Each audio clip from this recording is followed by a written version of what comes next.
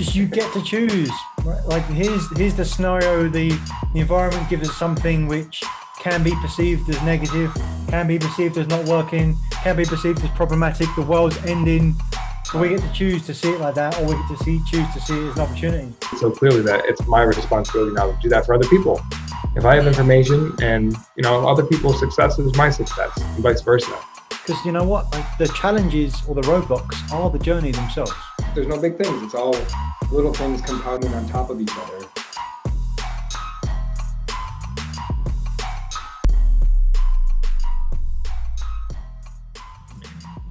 Hey, Coach, I've been thinking. Oh, yeah? Mm-hmm. I've been thinking about getting results, and I want to know all the secrets on what I could or should be doing to get results in my practice. And I feel like that would be helpful for other people to hear. How do you get results? It's only one of my favorite subjects. It's almost like you set this up, but you didn't. So that's confusing. I think it's so important to always be thinking about what's the outcome I want to get to? What's the result I want to get to? Why am I doing what I'm doing is a bigger question that sometimes is more challenging. And for me, the distinction there is that results are more immediate, and it kind of appeals to the mass mentality around instant gratification. But it's not that, but it's closer to that than, say, the ultimate reason for doing anything, or the why behind why you do stuff, or what's your legacy. Sometimes that can be a bit more esoteric, and it's easy for people just to kind of put it back and go, that's great, I haven't got time for that right now. What do I do? So results kind of sit somewhere in between that. And you've got to define, first of all, what result you want. So what result do you want, Coach?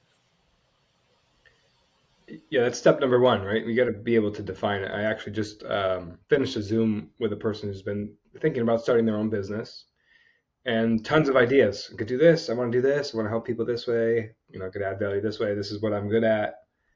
Okay, what is it? What are we picking here? Because until it manifests in real life, in reality, it's just in that place of limitless possibilities. Right. And as long as it's in that place, then there are limitless things that will pop up. So I think quite often, what maybe the biggest barrier is that people want it to be perfect, or this just doesn't feel perfectly right to me, so I'm not going to start. So I think step number one might be defining it, and step number two might be maybe this 1A, but being okay with it not feeling perfect for you. Yeah, and then as a coach, what we would do is we on to step one, would be how to help them define it. And as you say, then even through that process, the expectation is that 1A is that it's not perfect purposely. The goal is not perfection, it's only progress. And again, coming back to one of the standards is progress over perfection. But about 3 years ago, I made the distinction. It just came to me as like, oh, yeah, because I thought by default it's progress over perfection until you think you can get to perfection, then just go for that. But it's not. It's always progress over perfection. Because the only way you can get to perfection is when you create limits and barriers, right? So you don't ever need perfection. Unless you're talking like a piece of art or something that has like it's intertwined into time or something that you can refer to things as perfect. But in the process of creation, of moving forward, never looking for perfect, only looking for progress. Can we take, I guess a good rule of thumb would be then to check, is that, can we take action on this? And then you've got enough. Can I take action on this? So 1A is not perfection. It's, and then maybe 2 is, okay, well maybe 1B is, can I take action? And that'll be the test if it's formulated enough. Yeah, and this might be a good point to insert what you and I, speak the language of every day of lag, lead, and lift. So maybe if I just hit that real quick, just so whoever's watching and listening can understand that. So lag is a lag, we call it lag dials, LAG. They lag behind our activities and they are the end results, what we want to accomplish in our business. All right, the lead is the second part, and those are the repeatable activities that, if done consistently and over a period of time, will most likely lead to the lag results that we're wanting. And I'll come back to that because I think that's very important. And then there's also lift action, that is a one-time activity that we do it, and as soon as we do it, then it allows us to operate our leads more effectively. All right. So what you're saying, if we ask that question to ourselves, 1B, can I take action? The answer is no. Maybe we need some sort of lift in there to do that. So like I know that I need to contact people. Well, is that actionable? It feels like it is, but I don't know who to contact. So maybe the lift is making a list of people on who to contact. And all of a sudden I can carry that lead dial out. Right. And then I just thought that I love the distinction, by the way. Lift is enables you to operate your leads more effectively. That's perfect. That can be perfect, right? Because it's just in one place, Yes. right? But it's still an action. A lift is still an action, and so that we're optimizing for results, which requires actions. Mm. It's doing something. So number one, what do you want? And then as a coach, helping define what you want. And there's a million exercises to do that. What area of your life, and in that area, what specifically? Why is it important to you? What could it look like? What might it look like? What are other examples of that? Who else have done this before? What might be a role model for you? Plus a million other questions. And then we get something which is not perfection but can be taken action on, Yes. a lead or a All lift. right. So yeah. So I wanted to hit on lead real quick, a little bit more deeply, and then I want to come back to what you just mentioned there. So Okay. the lead dials, when I first experienced this this is a pro advisor coach thing for me. I hadn't heard of this until I joined. Was, if I had a lag dial, and or an end goal that I wanted in my business, that had always made sense to me. I want X number of revenue. I want to earn this amount of money, whatever that is. It never dawned on me that I could do something consistently or repeatedly and just simplify it that way. It was always just such a jumbled mess of like, I could do this, and then this month I'd come over here, and then I'd do this, and I kind of chase where the opportunity was, and then go a little bit deeper over here. The lead to me was for a full quarter or a full half a year or a full year. I am doing this thing no matter what happens, no matter how busy I get, no matter what I do. It is that intentional focus of these repeatable activities that will most likely lead to the end result that I'm looking for. And the part that you mentioned that I want to come back to, and I'm doing this purposely because I know this may challenge what you believe in, but I want to see what your thoughts are. I think that action, that step number two, should always be as directly relator driven as possible. And what do I mean by that? Take a coaching practice, for example. I think a lot of people, I might even call it a mistake that people make, is that they create content. They put things out there. It's more of a passive attraction that they're going for. And not that it doesn't work, but it doesn't work. You need to like be in there with people, rolling up your sleeves and learning about them, and showing that there's that you have consultative abilities to add value to what they're doing, and also through the questions that you're asking. So that would be my addition to 2A, maybe that's 2A, is that it needs to be relator driven. How are you immersing yourself with people? And in most practices that's true, right? Some that might not be, but I would like to insert that the relator portion must be relator driven underneath the action umbrella. Yeah. Which part of that do you think conflicts with what I believe? That it doesn't necessarily have to be relator driven. We can get results other ways.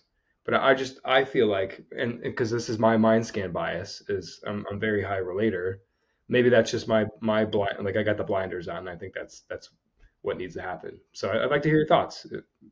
Is it the more relator that we can make those activities? Do you think our chances increase of us achieving that penetration and our leg goals? I think that's a fantastic distinction. I don't think I've made that before, Hmm. but I would completely agree, especially with that example. You've got to be. I could go back to that what's that book called? Who Not How. It's a Mm. good example of that. Yeah, yeah. Who's your who?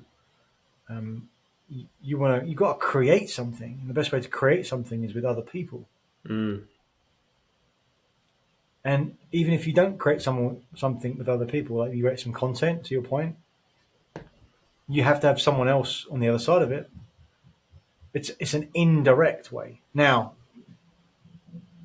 if I can make the distinction between sales and marketing, sales for me is going out in the relator, meaning that the who, actually talking, conversing, having relationships, creating rapport, having fun, talking about what's exciting to you, which should be your product or service. By the way, if your product or service is not exciting to you, stop doing it, whatever it is, or get excited about it, find a way that's real. That's the most direct way to build anything, to share anything, to influence anyone about whatever it is. We're always influencing people. We're talking about what's important. I'm doing it right now. I'm passionate about talking about this, I want you to know it. That's all relationship is, and get excited about it, and you might say that's exciting to me as well, but you might not. But if I'm not excited about it, no way you're going to say that's exciting to me, because like if he's not excited about his own shit, I'm not going to get excited about it. Sounds ridiculous. But that absolutely, you've got, it has to be about other people. Now, when it comes to scaling of it, then there's only so many doors, as it were, that you can knock on by yourself. And if you've got 10 times of you doing the same thing, you've got 10 times more results. And then you can start to look about, well, how do you multiply that other than adding individual people? How do you 10x that 10 people? Is not just by having 100 people, it's by saying, how do we collectively use what we have now to have leverage, which is what we can use from a more marketing perspective. And then Mm. the other place starts to, because it's like sales for me is going to the ocean with a glass, putting it in the water, taking the water, put it in the microwave, turn the microwave on. In 30 seconds, you've got hot water or boiling water. Marketing is taking the ocean and putting 100 million heating elements in the ocean and waiting for it to boil. That's what marketing is to me. Yeah. It's a lot more impact, but my goodness, is it going to take longer? Mm. So, well, which one should you do? Well, I think, to your point, coach, 100% has to start with the relator. Has to be a Mm. who. Has to be impact to a person. Yeah, especially within our industry, that's the quickest way to do that, right? And that's also how we know who our people are. I think we're always talking about that ideal client space and who we just feel natural with, and we don't feel like we feel like the value that we bring is it comes easy to us. And sometimes we can trip over that, right? Because it seems like too good to be true. But picture a book of business to where you get to show up for yourself, add value, and people pay you great, and they introduce you to other people like you. I mean, that's the ideal here. But all right, so we're getting into a bit of the advance. So maybe just a quick recap here because I think we're in Right. a good spot. So Okay. likely lift. Right. Yep. We have goals in the business. We want to get results. So what we came up with is action is step number two. And if we can make it as relator as possible, we don't want to put the heaters in the ocean. We want to bring the ocean to us, which, as the analogy is, connect with as many people directly as possible. And then to your point, at a certain point, we'll reach that. It'll be great. That's the elevating of the problems, right? Well, the biggest problem will be that we're running out of time connecting with so many people that we got to systematize or automate something to be able to do it more effectively. But we'd be Yep. grateful for that problem because in the meantime, we're in the very beginning here. So maybe we take it that way. So we're advancing through the stages of getting results. We're getting enough reps into where we have information and know where to tweak and to improve things. And maybe you've already given this answer. So is the next part to delegate, to offload, to strip away what is not directly related anymore to the result, or like how do you keeping the end result in mind? What is the next step after we get some success with the actions that we're taking? And we're back to redefining the result again. I think it's a cycle here, Hmm. because in this example, we didn't actually have a real example, which is totally fine. We threw in lots of other examples through that process of the results. But ultimately, it's as simple as knowing the result, taking some action, and then from that, you will get a result. So if you've said, my result is to get to step number 10, we have taken some action, and the action that we've taken will give us a result. Will that will that get us to step number 5 or number 6 or straight to number 10 or just number 2? Each time we get some new results, it gives us more information to take another action, which gives us more results. So it's a Mm. cycle in the first part. So it depends how far you're defining that result out. If your result is I'm starting a business and I'm my result is to have one client because then I prove the fact that it's a business. I paint houses. I have to have one house to paint. That's my result. Mm. When you get one house to paint, you paint the house. Then it's like, okay, what's the next result that you want? I want to make it sustainable. It might be. How do I How do I get another house and make it more sustainable? And then you start the process again. Okay, what could I do? Lay it out. What examples are there? How do I model success? Mm. Yeah, have you heard of, there's a principle out there that you'll settle to the level uh, that which you believe you are at, right? So if you're overachieving, you actually come down to the level, and if you're not getting the results that you think you deserve, then you'll eventually level out to that spot. You're familiar with that? Yeah, I think James Clear in his Atomic Habits tweaked that to you'll fall to the level of your training, not rise to the level of your expectation. I think that's Mm. right. Okay. Yeah, well, I'd say it works both ways, right? So especially just starting Yeah, out, people, I know I'm worth this, and I'm not getting that right now, so I'm gonna work my butt off until I get that. And then, uh-oh, like all of a sudden I'm overachieving higher than I thought that I was capable of, and unless I address that belief system, and this is where I'm going, I think at a certain point, maybe this is, step three might be redefine or reconfirm the desired result. And I think inevitably, I'd like to get your thoughts on this. We run into a limiting belief, don't we, in our business? Like I can't do anymore. I don't have. I've run out of time. I've exhausted my list of potential clients here. There's something that holds us back from that level that we think we've earned, and I think it's incumbent upon us to revisit that. And that would be my step four is visiting the limiting beliefs. And maybe step four is actually or 4A is like calling it out for what it actually is. What is the limiting belief? the hardest part of beliefs is knowing what they are. Yes, it's so true. The awareness of beliefs is the most challenging part. When I just shared this with someone today as I was going through our powerful mind scan tool, and what I often share as a starting point is that what is life? What's the cycle of life? And I'll often share with them this cycle.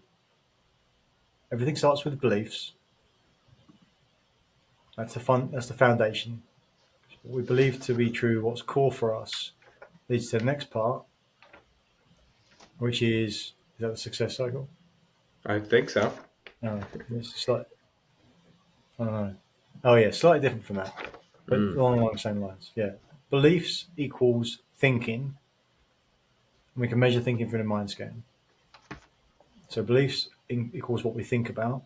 Like it creates the thoughts. It's like the vapor from the beliefs. If the belief is like this, if the belief is the hot coffee in the coffee cup, like the steam that's coming off it, there's the thoughts, and then from those thoughts we take the actions. And as we've just been in this spot, right? Actions equal then results, and ultimately results equal your quality of life. So let me interject real quick so we could reverse engineer that, right? So quality of life comes from our results, which comes from our action, which comes from our thoughts, which come from our beliefs. So the beliefs is like the core. That's where everything Yeah. starts. Right. So most of the time, most people are looking to how do I influence my actions, Mm-hmm.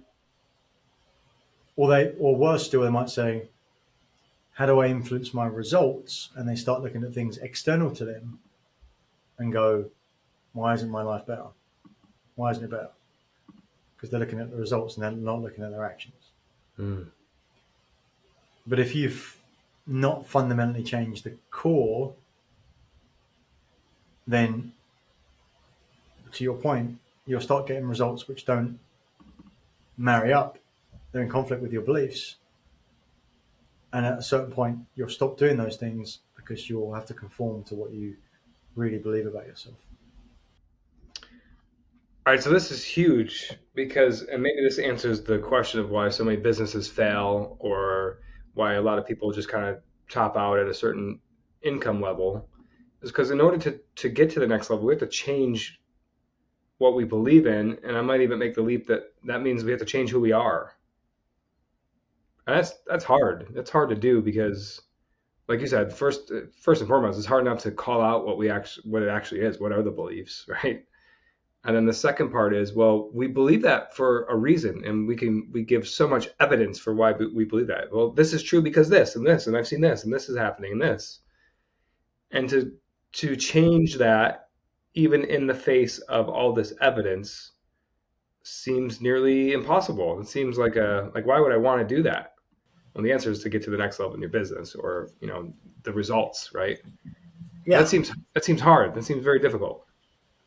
it seems so far away, right? But I'd say it's not. I'd say it's not hard, difficult because that's my belief. Strong beliefs, loosely held. That's Yeah, one of your quotes, right? Yeah. yeah. Not mine, but stolen, of course. But Yeah. that's also another one of my beliefs, right? Like there's everything has already been invented, so anything I'm taking is already someone else has said it before me. So that's why I'm totally fine saying those things because like it's all how I interpret it and how I pass it on. And even if it's exactly the same, great, because then other people to get value from what I've seen value from. Hmm. Strongest force in the human personality is to stay consistent with who we think we are. All right. I've heard that so many times that it's almost automatic to me. But say that one more time because I think this is so huge. Say that quote one more time, please. Strongest force in the human personality is to stay consistent with who we think we are. So all your beliefs linked together is called an identity, Hmm. which will Yeah. ultimately override the thinking, actions, results, and give you the quality of life based on those beliefs. So maybe a subsection of number four, which was identify the limiting beliefs, is to change them, is to upgrade our identity. Yeah, and we can go for. I mean, you want to identify them, but you also want to go forward to the ones that you want, right? So you talked about evidence coach, which is bang on. I think you'll find evidence to support whatever you want to support. Like it's the back to the find everything in the room that's red. Hmm. And so, what is the belief that you want? I find it much easier to go towards rather than finding out what's already there.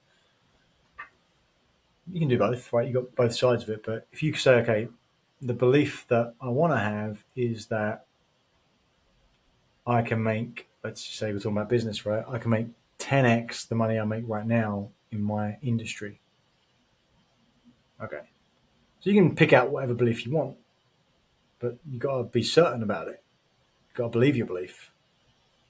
So then it's to say, how much evidence do I need to see that this is possible and choose? That's another belief. Remember, we get to choose. We get to choose what we think and what we believe.